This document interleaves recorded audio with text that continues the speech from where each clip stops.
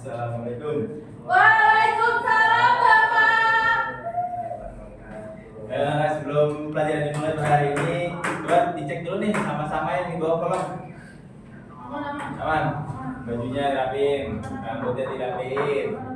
Oke, sebelum kita masuk ke pembelajaran pada hari ini, alangkah baiknya untuk ketua dipersilakan memimpin doanya. Dika. Sebelum kita mulai, kita baca basmalah, diakhiri dengan alhamdulillah. Bismillahirrahmanirrahim. Alhamdulillah. Oke. Jadi saya akan absen terlebih dahulu. Aca, Hadir. Hadir. Dika. Hadir. Oke, adik semua ya. Jadi pembelajaran pada hari ini yaitu berisi tentang tayamum, di bab tayamum. Jadi sebelum masuk pembelajaran saya akan kasih tahu dulu nih pentingnya bertayamum.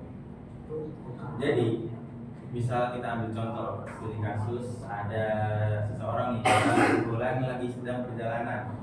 Nah, si Fulan ini ingin tayamum, ingin berwudu, ingin melaksanakan ibadah, tapi kondisinya lagi perjalanan jauh, terus nggak ada air. Nah, si Fulan ini baru boleh bertayamum, boleh melaksanakan tayamum. Nah, pentingnya di mana? Pentingnya di sini. Misalnya, ketika kalian semua nih, ya kan, kalian semua lagi kondisinya kurang menguntungkan.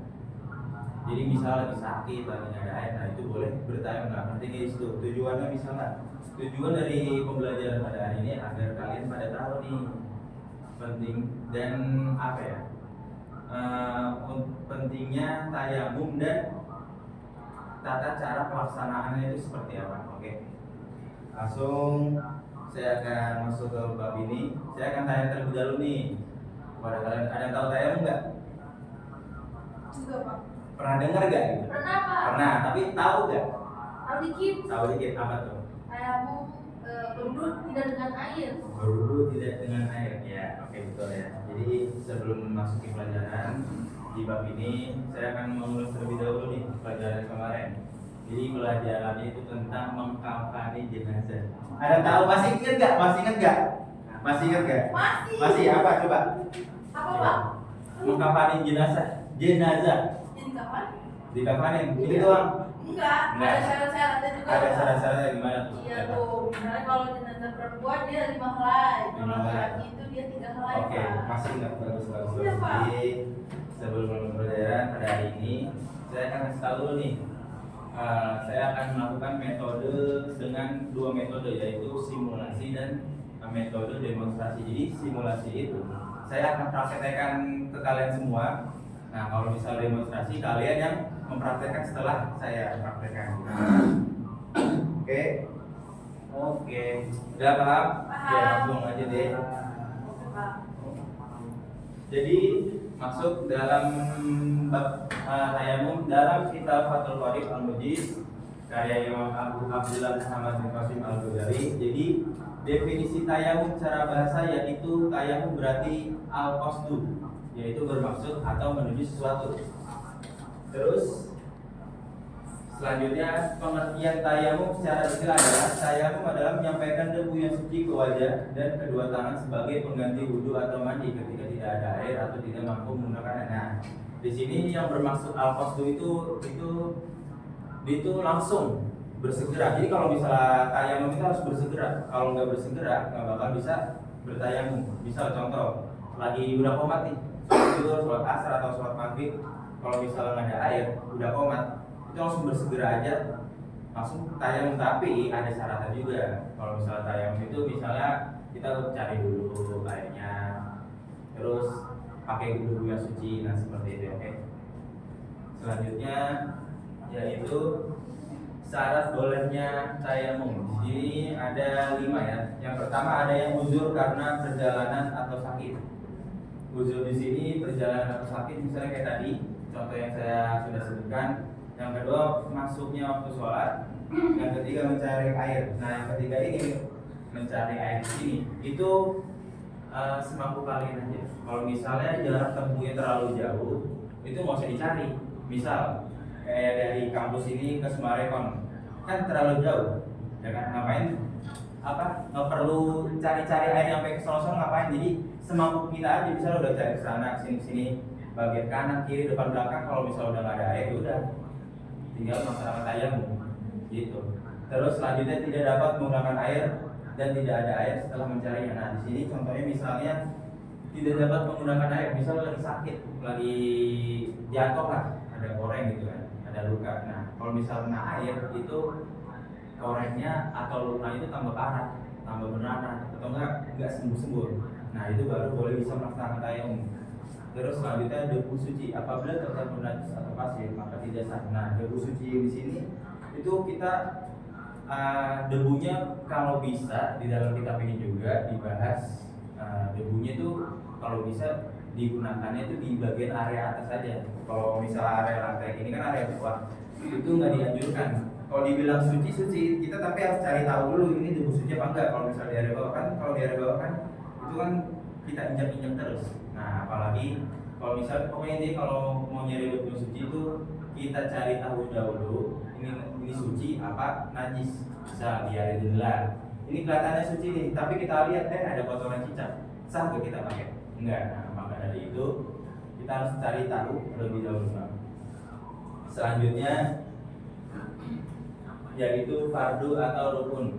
Nah di sini ada tata cara tayamum. Pertama ada niat, kedua mengusap wajah, ketiga mengusap kedua tangan sampai siku, yang terakhir tertib.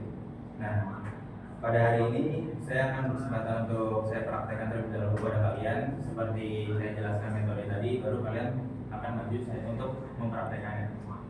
Jadi pertama-tama, jadi ini ya langsung masuk metodenya ya. Tata cara bertayamum itu ada 4. Pertama niat. Ada tahu niatnya? Enggak. Jadi niatnya itu nawaitu tayamuman listibati sholati fardo lillahi ta'ala. Oke. Udah. Misalnya ini saya menggunakan media di sini ya. Debu ibarat debu udah di sini. Yang kedua itu mengusap wajah. Nah, jadi kita udah taruh di sini. Kita tepuk debunya, tak ini. Ibarat udah jatuh. Jadi debunya itu enggak full banget kita pakai. Ya kalau misalnya udah tertera di sini, udah kerasa di sini udah nggak apa-apa. Jadi nggak usah semuanya kita ambil, kita raup, enggak. Bisa aja. Udah tempel di sini, kita tepuk, baru kita usap ke muka. Nah usapnya itu kayak sama kayak wudhu aja, dari sini ke sini. Oke. Yang kedua mengusap kedua tangan sampai siku. Nah kita tempel lagi kan karena udah dipakai. Tempel.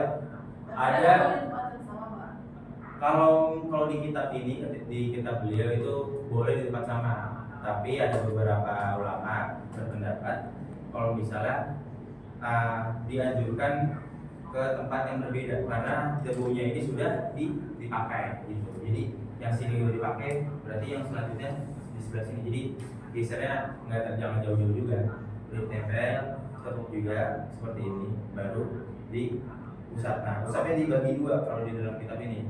Tata caranya dibagi dua. Pertama kita pakai yang sebelah sini, baru yang sebelah sini. Nah seperti ini. Dari sini ya, bukan dari sini. Dari sini dari atas ke bawah, udah sampai siku. Nah ini kan belum dipakai, tinggal kita putar aja, putar. Nah jangan lupa kan tadi kan sebelah sini ya. Ini soalnya jempolnya ini nggak kena. Nah pas diputar kayak gini harus disenggol gitu lah, diambil. Nah kalau yang selanjutnya juga sama, oke? Ya. Jadi ada yang berkenan untuk maju? Kalau nggak ada, saya tunjuk. Awak, silakan Pak. Ayo Awak, ayo dong. Kasih support dong buat mana nih? Ayo.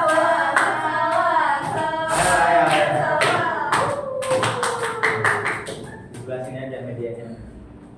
Bapak saya niatnya nggak apa. Nggak apa, udah nanti aja. Tata caranya dulu baru nggak apa-apa. Nanti niatnya. Pertama gimana? Ini. Oke, ditepuk. Terus muka dulu, iya. Ya sama kayak wudhu. Terus yang ketiga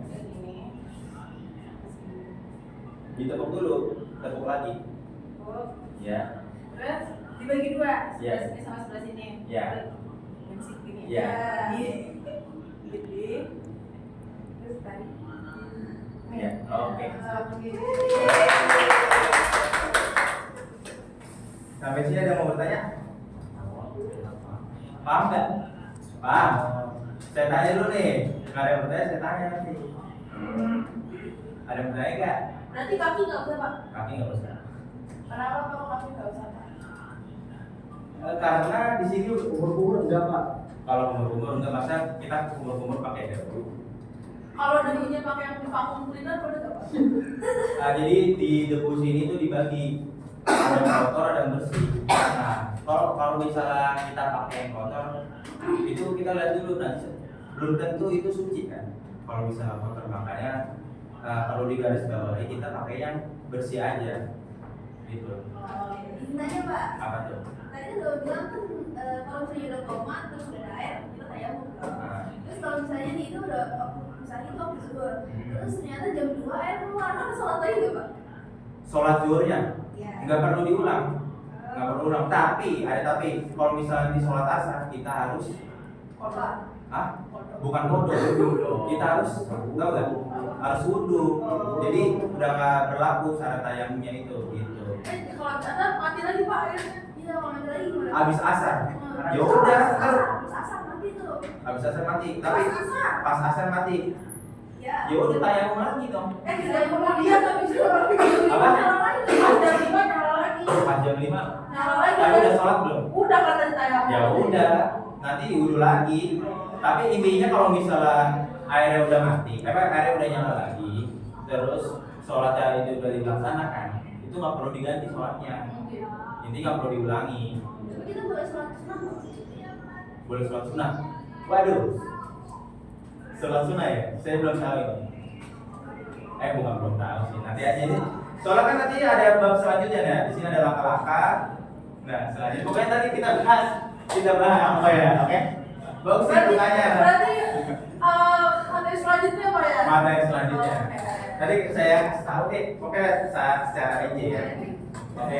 Bagus sih pertanyaannya. Oh iya, betul Pak. Saya baik Pak.